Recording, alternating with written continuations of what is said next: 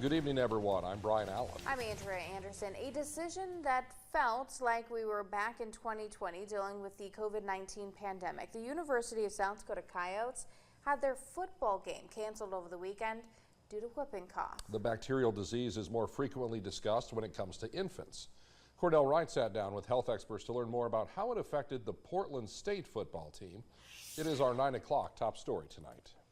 Pertussis, more commonly referred to as whooping cough, is a bacterial disease that impacts the respiratory tract.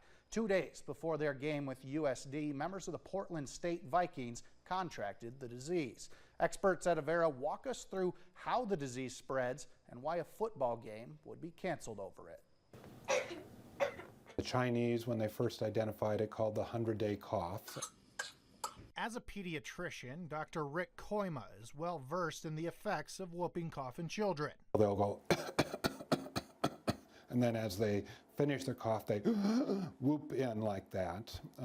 Older folks may not necessarily have that whooping, but will have that kind of persistent staccato cough that goes with it. The disease is more dangerous for kids, but Koima says more cases are actually seen in adults, and the impacts can still be severe. Muscle spasms in their back.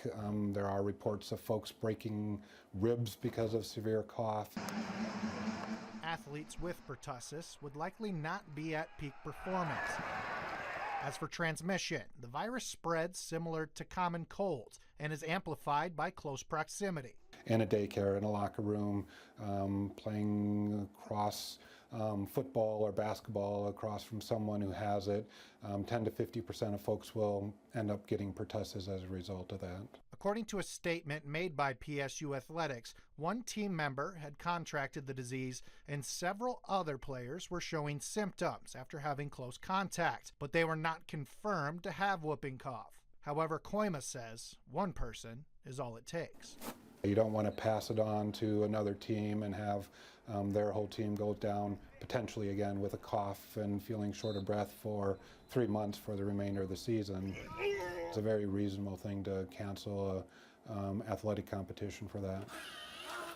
USD declined an interview to discuss the decision. However, athletic director John Schemmel issued a statement via X, stating that they respect the decision, but it was made entirely by Portland State, adding, quote, "We were not made aware of the situation at PSU until after we landed in Portland Friday afternoon.